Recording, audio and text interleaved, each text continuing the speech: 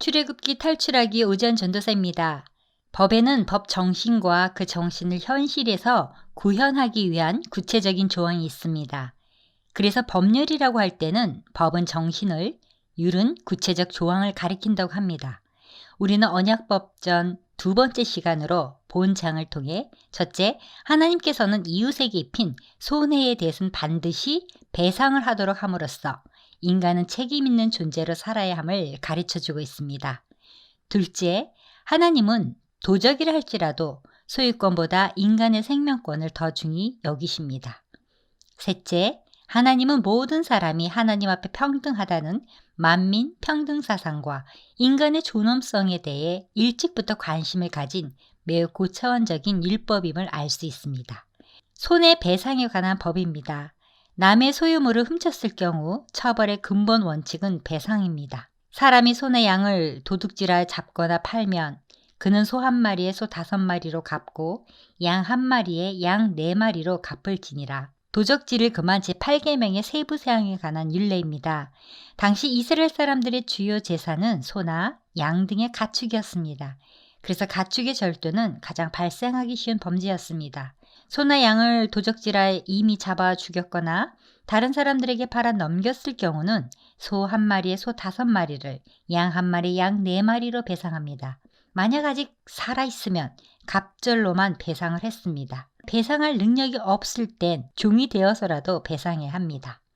모세율법이 도둑질에 대해 엄격한 형벌을 가하고 있는 목적은 사람들에게 큰 경고를 주어 도둑질을 금하게 하려는 데 있습니다. 하나님께서 아담 이후 타락한 인간에게 주신 명령은 땀 흘려 일한 대가로 얻은 소득을 가지고 생활하라는 것이었습니다. 그런데 도둑질은 이에 역행하여 자신은 땀 흘림이 없이 타인이 수고한 대가를 가로채려는 패역 행위입니다. 따라서 성경은 이러한 도둑질에 대하여 수차 엄격한 금지 명령을 내리고 있는 것입니다. 그런데 배상법에는 도적의 생명권을 언급하고 있습니다. 집을 뚫고 들어오는 도둑을 때려 죽인 경우, 그 시각이 밤인 경우 살해자의 행동은 정당방위로 인정되어 면책되었습니다.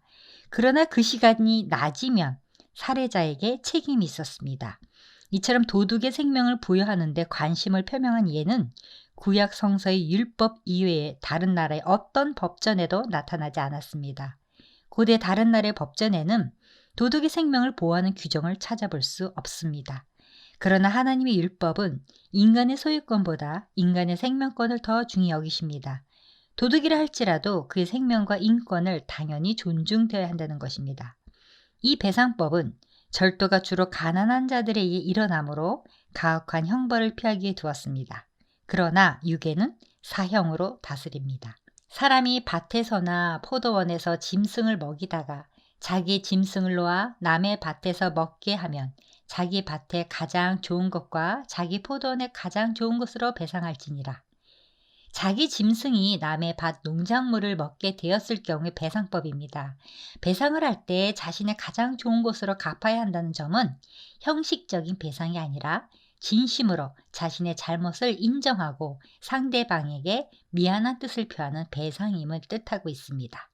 불이 나서 가시나무에 댕겨 낯가리나 거두지 못한 곡식이나 밭을 태우면 불 놓은 자가 반드시 배상할지니라. 다음 해의 농사에 대비하기 위해 밭을 태우다 남의 곡식단에 불을 냈을 경우의 배상법입니다. 이는 고의나 악의가 아니라 부주의로 발생한 사건이라도 처벌을 받게 됩니다. 가시나무란 밭의 경계를 표시하기 위하여 주위에 둘러가면서 쳐놓은 울타리를 가리킵니다. 밭을 태우는 것은 일종의 농사법인데 방화의 가능성이 있기 때문에 이에 대해서도 하나님은 세세한 법을 마련하셨던 것입니다. 사람이 돈이나 물품을 이웃에게 맡겨 지키게 하였다가 그 이웃집에서 도둑을 맞았는데 그 도둑이 잡히면 갑절을 배상할 것이요. 물품이란 그릇, 가구, 의류 등 재물이 될 만한 집안의 모든 가재도구를 총칭하는 말입니다. 남의 물건을 맡아두었다가 문제가 발생한 경우에 관한 법입니다. 물건을 맡겼던 자가 물건을 보관했던 자의 재산 중에서 일부를 자기 것으로 주장하는 경우 이때 두 사람은 재판장에 가서 분쟁을 해결해야 하였는데 그 물건이 원고의 것으로 판명될 경우에는 피고가 원고에게 도둑질에 해당하는 배상을 하여야 합니다. 그러나 그 물건이 피고의 것으로 판명될 경우에는 도리어 원고가 무고죄를 범한 결과가 되어 피고에게 동일한 배상을 하여야 했습니다. 또한 고대 유목민 사회에서는 혼자의 힘으로 많은 가축을 관리할 수 없는 경우 종종 타인에게 가축 관리를 위탁하였습니다. 그런데 살아있는 짐승을 수탉 관리하다 보면 병들어 죽거나 맹수를 만나 상하거나 아니면 관리자도 모르는 사이에 도난당하는 경우가 자주 발생하기 마련입니다.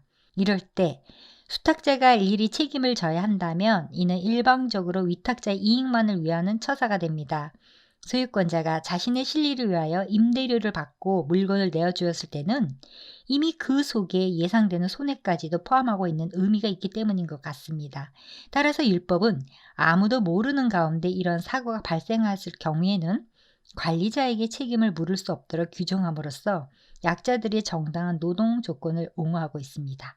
사람이 약혼하지 아니한 처녀를 꾀어 동침하였으면 납폐금을 주고 아내로 삼을 것이요 만일 처녀의 아버지가 딸을 그에게 주기를 거절하면 그는 처녀에게 납폐금으로 돈을 낼지니라. 납폐금이란 남편이 아내 될 처녀를 데려가기 위해 신부 측에 지급하는 돈입니다. 히브리인들에게 있어서 결혼 지참금은 남편이 죽었을 경우에 여자의 생활을 보장하기 위해서 주어진 것입니다. 구약의 율법은 약혼하거나 결혼한 여자를 범할 경우는 간음으로 간주하여 사형에 처하지만 그러나 정혼하지 않은 처녀일 때 그 남자는 그 여자를 아내로 삼아야 합니다. 만일 여자의 아버지가 남자를 딸의 남편감으로 부적절하다고 판단하면 혼인은 성립되지 않았으며 남자는 처녀 아버지에게 입힌 피해를 배상하는 의미에서 결혼 지참금에 해당하는 정도의 돈을 지불해야만 했습니다. 이것은 당시 자식은 부모의 소유물로 간주되었으므로 자식에게 해를 입힌 것은 결과적으로 부모의 재산에 해를 입힌 셈이 되었기 때문입니다. 우상숭배 금지법입니다. 너는 무당을 살려두지 말지니라. 짐승과 행음하는 자는 반드시 죽일지니라. 여호와 외에 다른 신에게 제사를 드리는 자는 멸할지니라.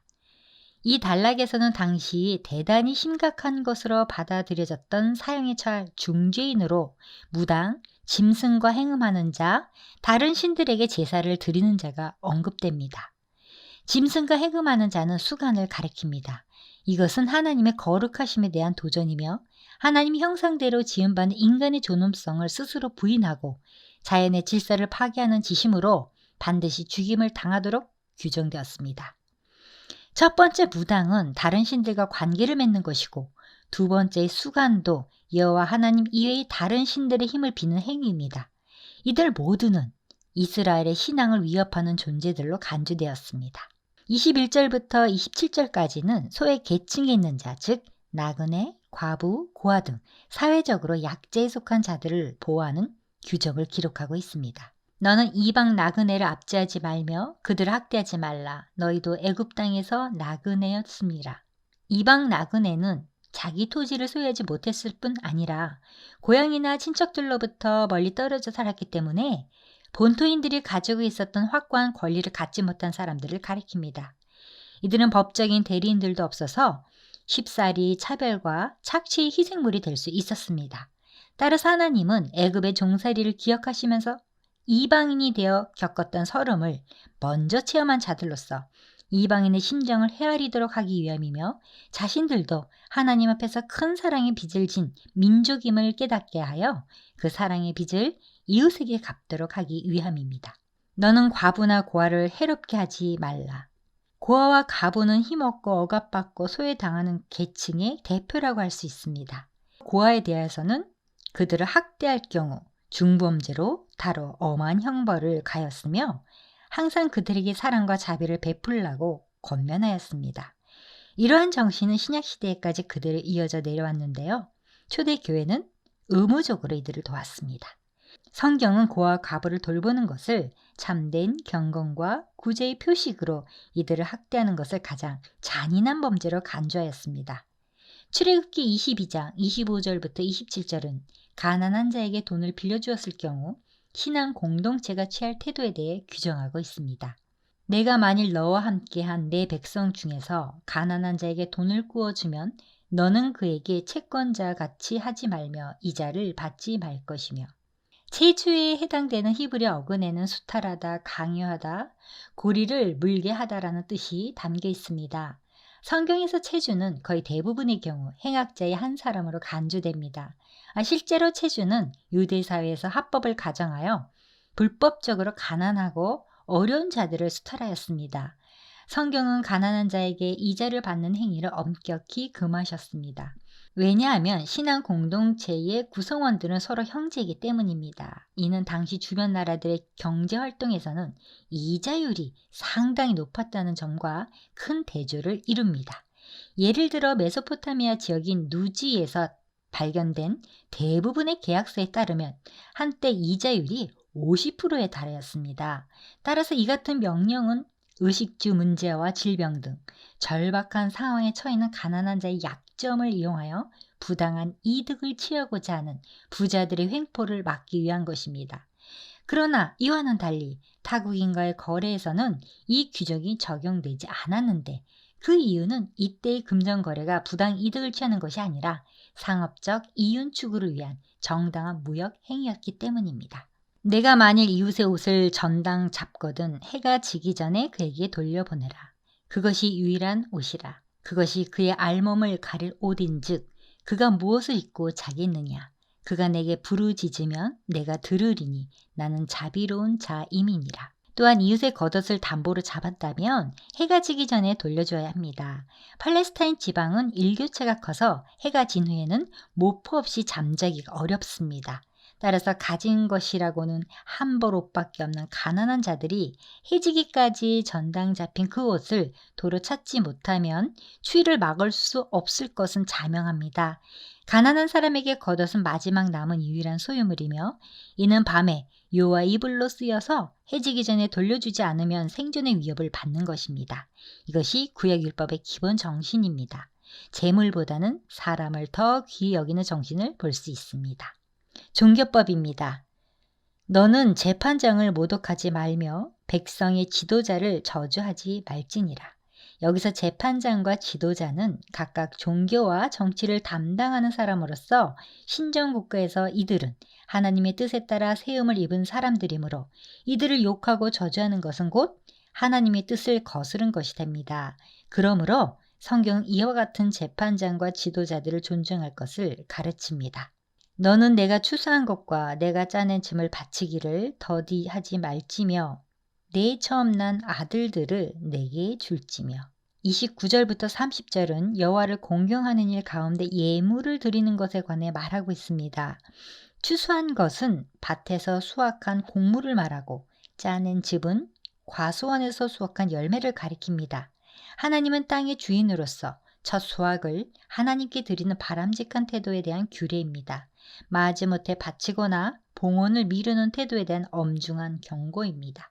처음 난 아들들을 내게 줄지면은 6월절 사건에서 시작된 장자의 성별 의무를 통해 이스라엘이 애굽에서 구원받았던 사실을 상기시키는데 그 목적이 있습니다.